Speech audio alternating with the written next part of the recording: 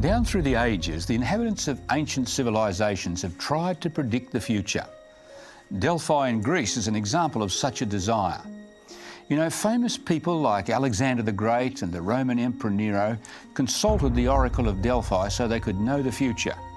The trouble is, the predictions were not always clear, or they were just plain wrong. So can we really know the future? A source that claims to be able to predict future events would need to exhibit two things if you were going to put your trust in it. Number one, you'd want historical accuracy, meaning it's not founded on myths, legends and fairy tales. And secondly, you need a proven track record of fulfilled predictions. Now, some people say that this book, the Bible, is a trustworthy source. But is it? Let's go to ancient Egypt to see the evidence, first of all, for its historical accuracy.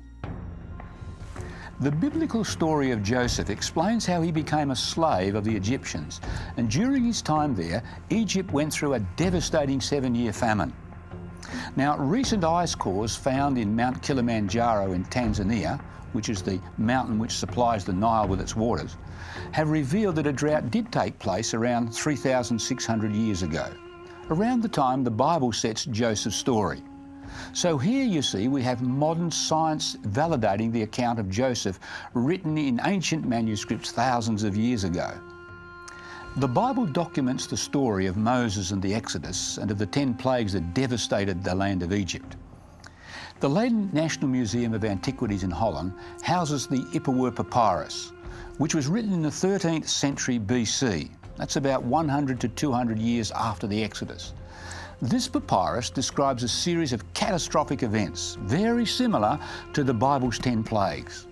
This time, you see, archaeology validates the accuracy of the account found in these pages.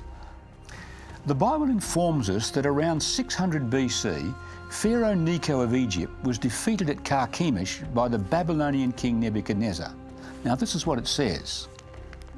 Concerning the army of Pharaoh Necho, king of Egypt, which was by the river Euphrates in Carchemish, and which Nebuchadnezzar, king of Babylon, defeated in the 4th year of Jehoiakim, the son of Josiah, king of Judah.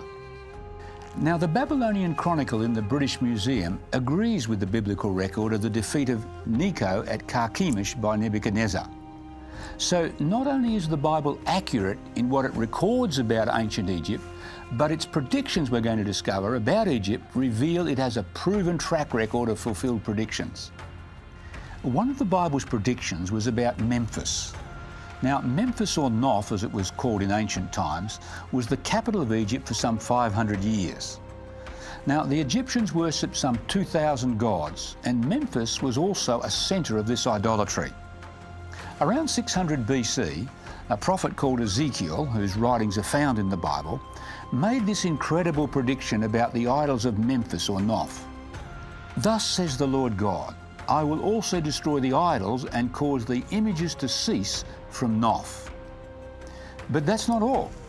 Around the same time, that's 600 BC, another biblical writer and prophet called Jeremiah made this amazing prediction. O daughter dwelling in Egypt, prepare yourself to go into captivity, for Noph shall be waste and desolate without inhabitant. Every time I take a group of people to Memphis in Egypt, I'm sure some of them wonder why I bring them to this place in which just a few ruins are visible. In fact, the best thing in Memphis is this alabaster sphinx. But you see, that's the whole point of coming here. Just as the Bible predicted, this place has been laid waste. In fact, the Egyptologist Amelia Edwards said this about the city of Memphis. Where are the stately ruins which even in the Middle Ages extended over the space of half a day's journey in each direction? One can hardly believe that a great city flourished on this spot, or understand how it should have been effaced so completely. And what about the idols of Memphis, which were once so abundant here? Well, most of them have gone. Only a few remain, and most of these are broken. You see, the prophecies of the Bible are absolutely dependable. Time and time again, the words contained within these pages have been validated as the most reliable source for knowing the future. And you can discover more incredible prophecies in our online course, Digging Up the Future. that are devoted to the prophecies of the Bible, including its prophecies that reveal what's about to happen in our world. Just visit our website and learn more in our free Digging Up the Future course today.